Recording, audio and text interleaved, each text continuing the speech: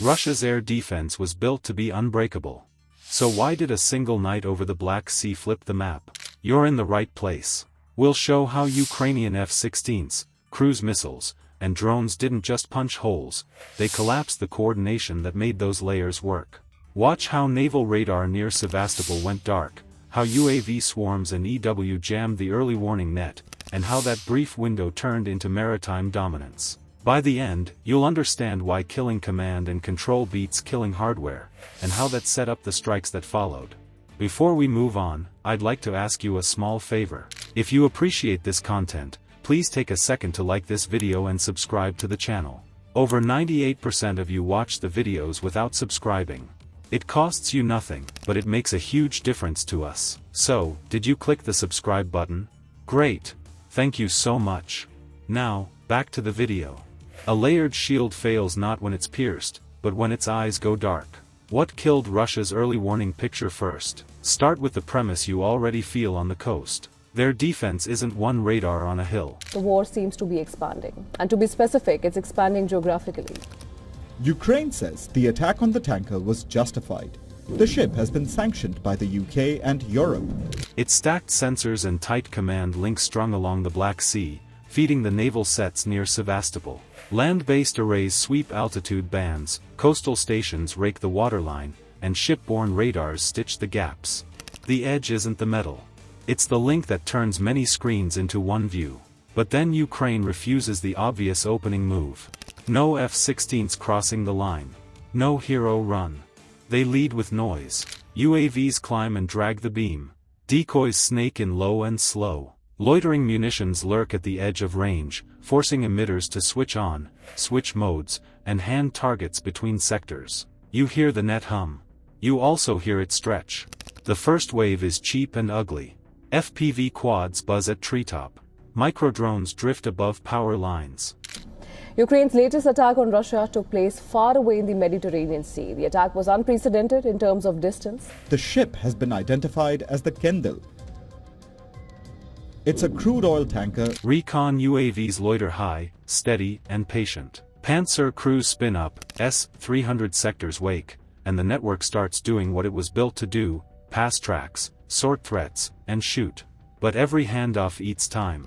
Every mode change eats bandwidth. The rhythm of intercepts turns into a scramble. Short bursts of missiles, then long pauses to refill the picture. Meanwhile, ground EW teams roll in and park where terrain masks them from counter-battery. They light up jammers that bend data links out of sync and flood control channels that feed reconnaissance birds. Think of it like pulling threads from a fishing net. Not a cut, not a slash. A steady tug until the mesh loses shape and slips through your fingers. You still have rope. You just can't catch anything with it. But on Friday, Ukraine released this video.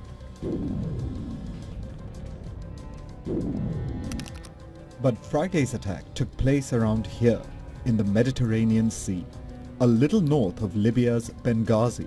At the same moment, long-range threats start tapping the coastal nodes. Some skim the surface and ride sea clutter. Others float high and broad, daring a shot. Airborne decoys swell the search cones, baiting radar operators into wider scans and slower refresh. Naval sets near Sevastopol feel the drag. Too many contacts, not enough certainty, and a clock that won't slow down. This is suppression by confusion. Not the brute break of knocking out a sight, but the harder kill, forcing commanders to choose what to see. Do you guard the fleet's picture and keep the sea lanes clear? Or do you narrow the aperture to catch the inland approach and risk the waterline? Centralized control makes the trade neat on paper. In a live jam, it bleeds resilience. As emitters blink on and off to survive, latency grows. Tracks age. The common operating picture splits into local snapshots that don't agree. Kyiv claims that it shows Ukrainian drones attacking a tanker from Russia's Shadow Fleet. That's about 2,000 kilometers away from Ukraine, the farthest afield that they have struck so far. Batteries take shots at ghosts or chase a slow plastic drone while a real threat slips past. Every interceptor fired at a decoy is one more minute of reload and one less minute of coverage. The rhythm breaks. You can hear it in the radio calls, short, clipped, uncertain. For several critical minutes, the lattice around Sevastopol loses coherence. Not darkness, but dim light that lies to you. That's enough. Higher-end assets slide inside the gap with reduced risk, aligned to the lull, and gone before the net tightens again. You don't need total blind. You need drift. And once the eyes dim and the radios start to stutter, the next move doesn't have to be faster or louder. It has to be first. In the quiet between handoffs, the strike package that follows steps in, marks the seam, and acts before the network remembers how to be one mind. If the shield is busy, the sword can be plain. Ukrainian attacks on Russian oil tankers aren't novel anymore. Kyiv has attacked several of them in the Black Sea already. Kyiv says the tanker is a legitimate target because it helps fill the Russian coffers and thus fuel Moscow's war machine. How do F-16s turn a brief blackout into maritime dominance? They don't fly in to play hero. They stand off and conduct. Think of each jet as a metronome, sinking cruise missiles, drones, and ground jammers to lean on the naval radar near Sevastopol at the same second. One pass cues a cruise weapon path across the waterline. Another aligns a UAV stack to feed bearings and time to target. The jet's value isn't the bomb on its pylon. It's the clock in its cockpit. Russian planners expect a neat queue. First drones, then missiles, then maybe a raid. Instead they get overlap. Storm shadow or scalp profiles ride the coast, low and patient. Ballistic arcs from inland spike attention skyward. Sea-launched threats press the horizon. Each demands different radar modes, different look angles, different intercept math. The response clock compresses. You can only stare in one place at a time. So the F-16s sit on the edge of defended airspace, cold and quiet. They paint lanes for standoff shots, check UAV feeds, and build a live kill box that updates every few seconds. They don't duel SAMs. They decide when SAMs must look away. A subtle course change nudges a radar to widen. A timed ripple forces a handoff. Add one decoy and the scan rate drops just enough for the real weapon to pass. That's the point, triage.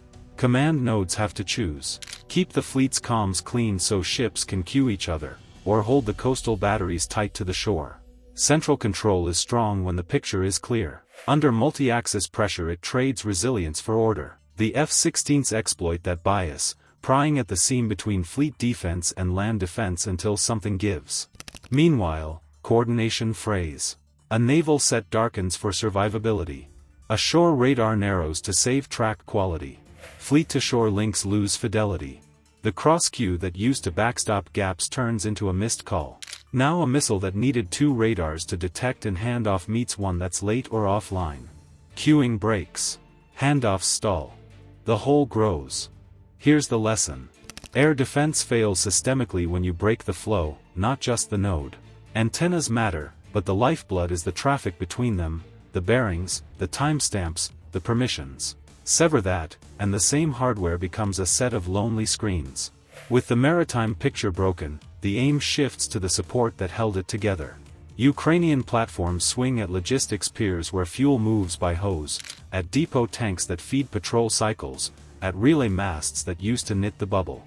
You don't have to sink a ship to sideline it. You can starve it of fuel, comms, and confidence. Crews move. Timelines slip. Patrol lines shorten. The window expands.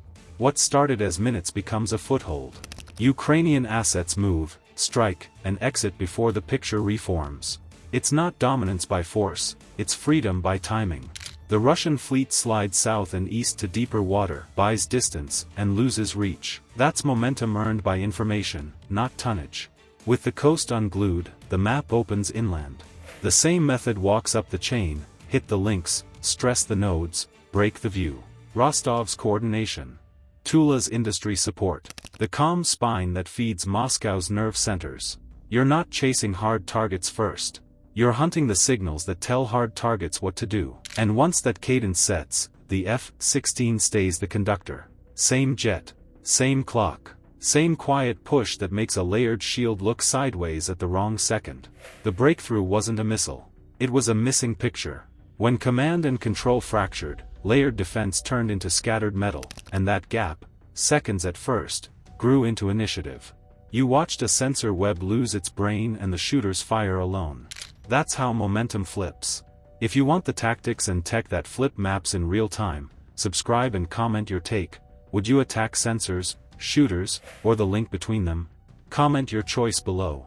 Subscribe and join a community that seeks to understand the realities of modern conflict. Information supremacy isn't a slogan. It's the first target and the last effect.